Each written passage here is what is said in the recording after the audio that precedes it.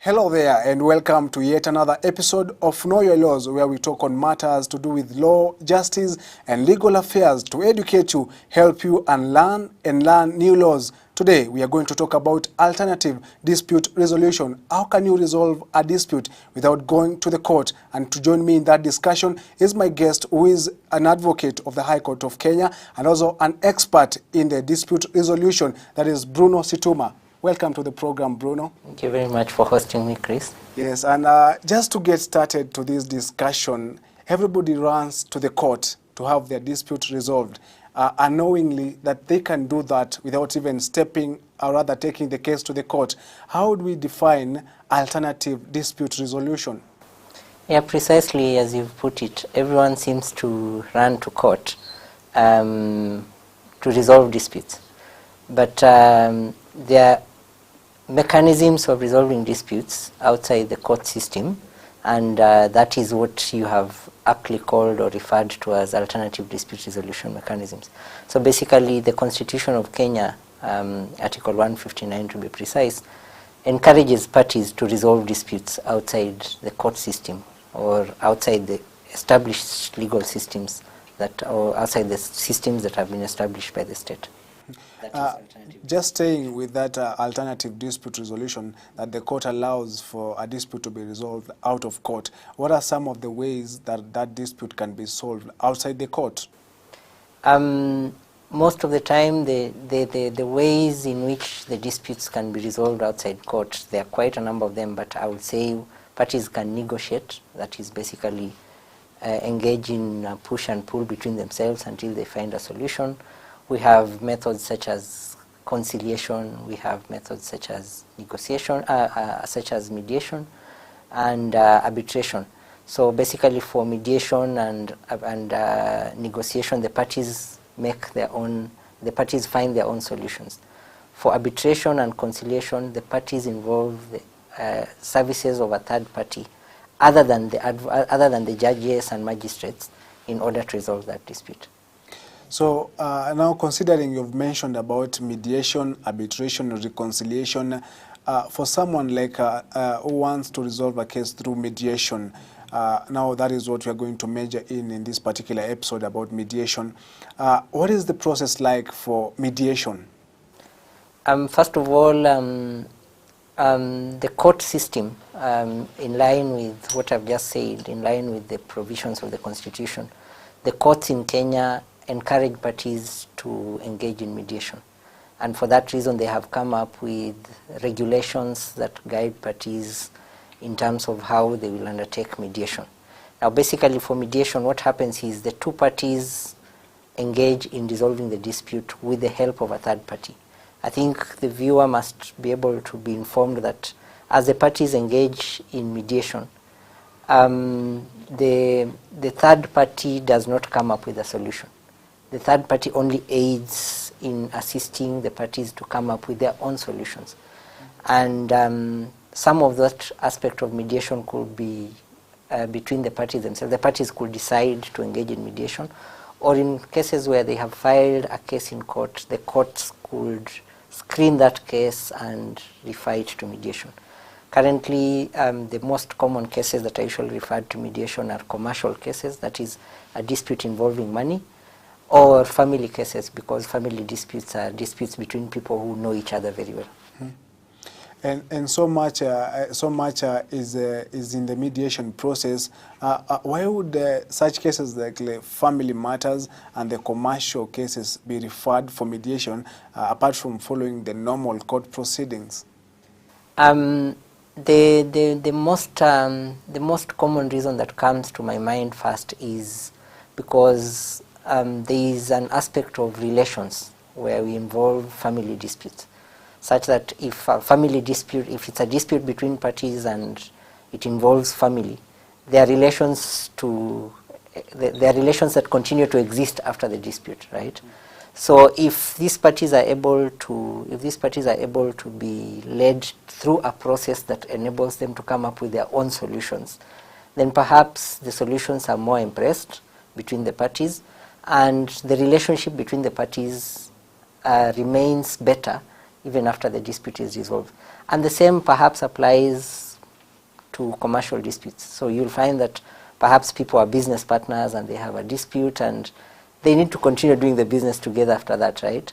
So it only makes sense that they come up with solutions on their own, rather than throw their dispute to a third party who does not have or who does not appreciate the kind of relationship that these people have, and therefore the kind of solution that this person comes up with is sort of abstract, right, without understanding the underlying relations between these two parties.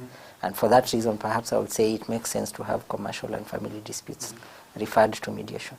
And in any case, if someone with a family or a commercial case or other dispute goes to the court, at that point, does the court choose to proceed with the normal way of having to find a solution in that matter, or does the court revert them back to alternative dispute resolution? Actually, before the 2010 constitution, we didn't have rules and regulations that govern mediation. The advantage that we have with the 2010 constitution is it made alternative dispute resolution a constitutional principle, right? And for that reason, then the court system came up with a set down rules and regulations that govern how the mediation process will be taken. I think they're the mediation regulations of 2015. So mediation is not done in abstract. It's not some sort of guesswork process. It's a very well laid down process, and for that reason, then, if the courts get these matters, there is a registrar, for example, a mediation registrar, who screens all matters that are filed in court, family and commercial disputes, and decides that, going by the facts set down in these pleadings, it will make good sense for this matter to be referred to mediation. So court-annexed mediation, for example, can either be initiated by the courts on recommendation of the mediation registrar, or the parties between themselves can decide and say, okay, we feel that this is a matter that can be referred to mediation. And now let's remain about with the court-annexed mediation. That is, the court itself now decides that we're going to mediate these parties through the registrar of mediation. What is the process like once a case, a commercial case or rather a family case, has been filed at the court, and now the court now has to take it for the mediation? What is the process like from the start until the end of it? First of all, yeah. So once the court decides, or once the parties decide that it's appropriate to refer this matter to mediation, usually the registrar is notified. So the court makes an order directing that the party be referred to mediation. Once it comes to the registrar opens a separate file for mediation, right? Because so once they open that separate file for mediation, the parties are usually notified within 7 days that that file has been opened, and then the registrar will propose. The registrar will propose that will propose names of mediators. So usually 3 names within 7 days. 7 days of the matter being referred to mediation, the registrar proposes 3 names of mediators. The parties will either choose between the 3 names or any of the 3 names, so that that person, usually a certified professional mediator, and the registrar has a list of everyone who is certified to practice as a mediator.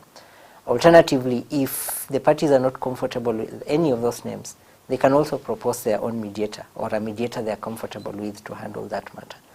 And that should happen within 7 days. The registrar will then notify the mediator, who has to engage in his first sitting within 7 days. But the long and short of all that is, once the mediation process is on, it has to be concluded within 60 days, which of course is faster than most court processes, right? Yeah.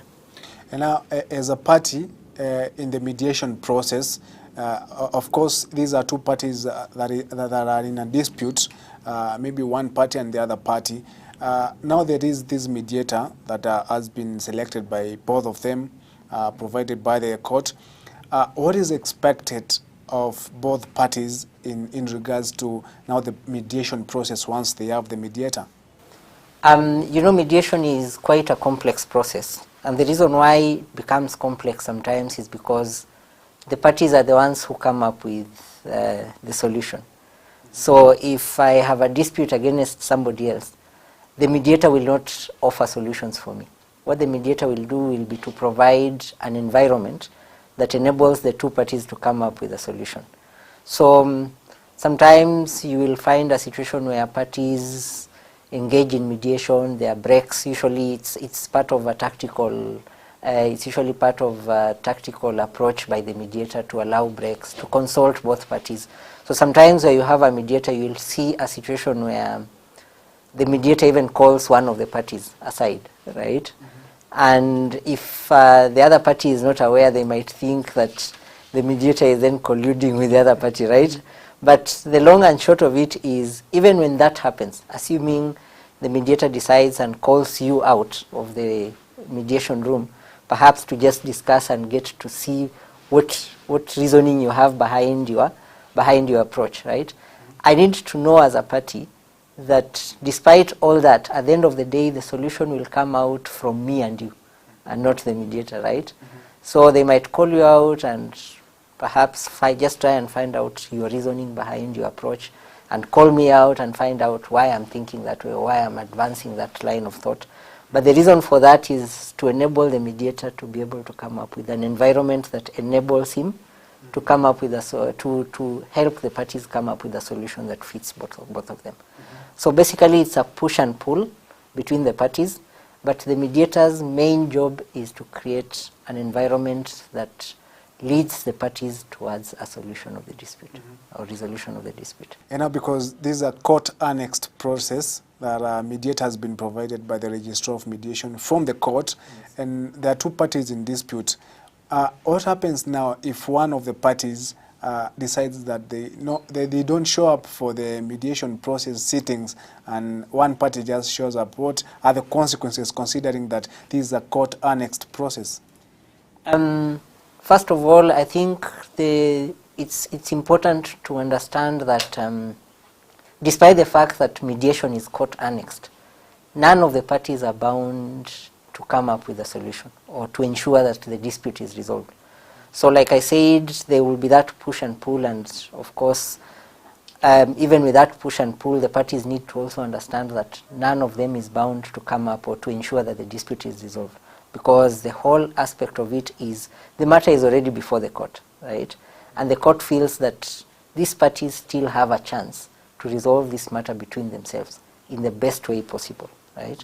So in case the push and pull does not result to an outcome that effectively resolves the dispute, and within 60 days, the mediator has an additional 10 days only. So maximum 70 days. After the 60 days, the Registrar of Mediation is informed by the mediator that we are yet to come up with a solution, and depending on how far the mediation process is, sometimes they will call it off and report to court that the parties are unable to resolve the dispute, or they will request for an additional 10 days if the process is close to completion. But in case they are able to resolve, they report to the court the outcome. They sign a mediation agreement and file it in court as a judgment of the court. The court in that case will just adopt it. In case they are not able to resolve after the 70 days, what happens is they report back to the registrar, who reports to court that the parties are unable to resolve the dispute, and in that case then the court will take up the matter and deal with it like any other normal matter that has been filed in court, outside the mediation process. And now, at that point where they have disagreed totally, until now the case, or rather the dispute, goes back to the court and the court adopts it, what is the consequences of such a move, having to deny mediation? Until that point now the court takes over the case? Perhaps the right way to put it will be this. I would say that once the matter is referred to mediation, you remember I said that a separate file is open. And anything that happens within that process, anything that happens within that process of mediation is actually recorded in a separate file outside the court file. So chances are the court might not even be able to know who among the parties rejected the proposals, right? Because it's a separate file from the main court file. And I would say that, of course, the only effect will be to elongate the process for the hearing, and perhaps the parties will be engaged in the dispute for some longer period of time. And I think what I should be quick to point out is, and to the viewer, is that dispute resolution is a very expensive affair to both parties. So when somebody gets into mediation, despite the fact that failure to mediate might not really affect what the court thinks, because it might never get the chance to see, the parties themselves also continue to suffer the costs, and perhaps the outcomes are not as good as you would want. So the court might not be affected in any way, but the parties certainly will suffer the outcome of failing to, will suffer additional costs by failing to mediate. And now, talking about the mediation annexed by the court, the difference between a mediation initiated before a case is filed in the court and that one that has been filed but the court has annexed for mediation. What is the difference between those two forms of mediation? The first bit that that will come to my mind will be the issue of enforcement. So when it comes to court annexed mediation, once you find a solution or you resolve the matter and you enter into the mediation agreement, what the court does is it says there was a matter that was filed before us, and it just takes up the contents of the agreement and records a consent. A consent is basically an agreement between the parties before the court. So once that consent is recorded, then that can be extracted as an order of the court. And once it's extracted as an order of the court, then either of the parties can enforce that using the normal legal process. Now, where mediation is initiated before filing a matter in court, what usually happens is the mediation agreement will bind the parties. But at the time of enforcement, it becomes different, because now in that case you have to go back to court, perhaps sue this person for a normal breach of contract. And what will happen then is it makes the case easier, because if the mediator is there, they can say that this is what was recorded, right? And the court will be inclined to perhaps take it up. But what I'm saying is, when it comes to enforcement, if you enter a mediation agreement before before you file a matter in court, you have to go to court before you're able to enforce it. If it is court annexed mediation, once you enter the agreement, it's taken up by court and you're able to enforce it without necessarily going back to court. Yeah. And because mediation has been adopted by the Constitution of Kenya, of course, and I think there is also an act on the mediation process, that is alternative dispute resolution. Are there significant cases that, regardless of the mediation being endorsed by the Constitution, are there some of the main cases that cannot and will never undergo mediation? Right now, the legal platform is a bit different, or the legal approach is a bit different, because now we have very strict timelines for presidential election petitions, and they have to be resolved within 14 days. So I would not see the practicability of having a presidential election petition being referred to mediation, for example, unless then the mediator is able to resolve that within 1 or 2 days and report to court that this is something that we have resolved. But then again, in that case, I don't know what kind of mediation agreement will be filed, which will fit within the requirements of the Constitution. Perhaps they would say that one of them has accepted for a repeat election. I don't think that will be possible. So for most constitutional matters, it might be a bit difficult to refer them to mediation. Yeah. And now there is mediation and arbitration. Some of the cases undergo mediation and some of the cases undergo arbitration. What is the difference between mediation and arbitration? They are quite different processes. I think the most common that I would look at, or the most common that I would identify, is the decision maker, right? So for arbitration, what happens is a third party goes through the case and makes a decision for the parties, or a decision that binds the parties. Remember, I started by saying that for mediation, the parties find the solutions themselves. So that will be something that I would really look at. Number two, when it comes to the issue of arbitration, most of these arbitration proceedings are usually commenced through an agreement, that the parties agree that in case we have a dispute relating to this matter, then the matter shall be referred to arbitration. And you might see that some of those contracts or agreements that parties enter to expressly expressly have a clause called an arbitration clause. Now then, in that case, you will not refer such a matter to mediation, because it is contemplated within the agreement that parties will get a third party to make a decision for them. So basically, that's what arbitration is all about. A third party who comes in, who is appointed by the parties to make a decision that is binding to both parties.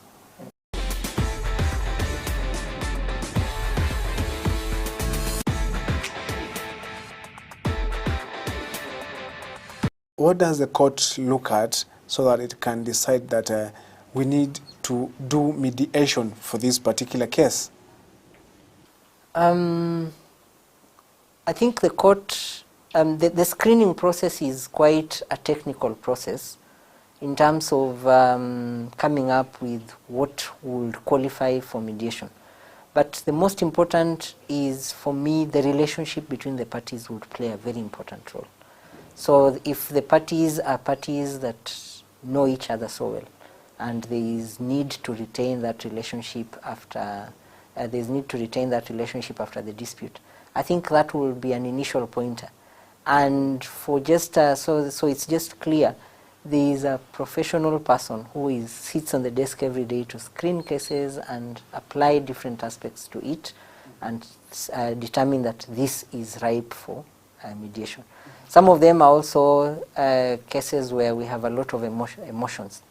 Emotive cases sometimes drive themselves, as a dispute resolution expert, sometimes I think that cases that are very emotive drive themselves away from facts, such that people stop looking at what the facts are, and they just decide that because I don't like this person, I will not accept anything that they say. So in that case, then the court will not be able to really handle such a case without, first of all, trying to reconcile these people, and the best person to do that usually is a mediator, who would then reassure the parties that there is life after that dispute, right? And that the emotions are not working anything towards, are not helping either of them towards resolving the main issues on the table, the main issues that face the parties. So I think the emotiveness of the case sometimes would require that the matter is referred to mediation first before even the main facts are handled. And sometimes when such emotive issues are referred to mediation, the issue is not even to resolve the main issues. It's just to be able to bring the parties back to their senses, that let us stop the emotions, let us face the facts so that we can resolve the issues. And in that case, perhaps, even if the mediator reports back to the court that the parties have been unable to resolve the issue, you will find a situation where the relationship after that looks a bit better. The mediator has reached an agreement with the both parties, and now it's time to enforce this particular agreement.